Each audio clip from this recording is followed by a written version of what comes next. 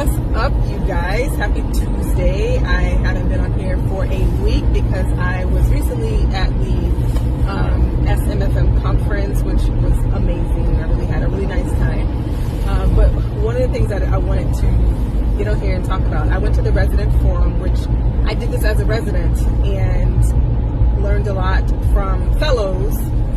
But this time I went as a fellow just to listen, and I listened to some of the residents. And one of the residents, which I was actually very proud of her question,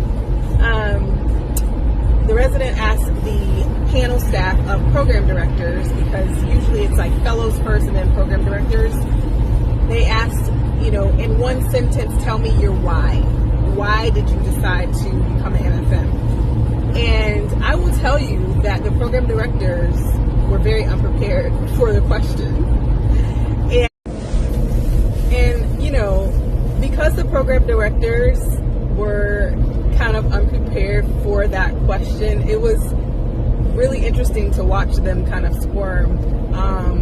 And one of them actually said to the resident, was like, oh, you're flipping the script on us. And they were like, yeah, we want to know. And I was actually kind of surprised that their answers were very cliche. Because a lot of times as a resident, when you're applying for something, you're trying not to be cliche, and you're advised to not kind of be that way. But their answers were just like the cliche answers that residents that are applying to the programs give.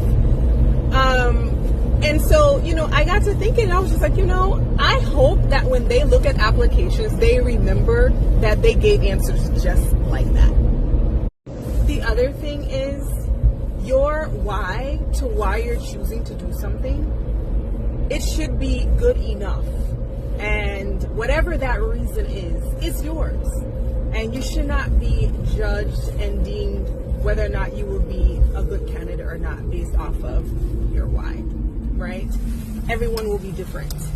And like some of their whys was like, liking to counsel high-risk OB, being available for like the most vulnerable population. You can do that as a journalist. So just like they had their why and I thought it was very cliche, their MFM, they've made it. So please let your why be your why, and do not be afraid to share why you really want to do it.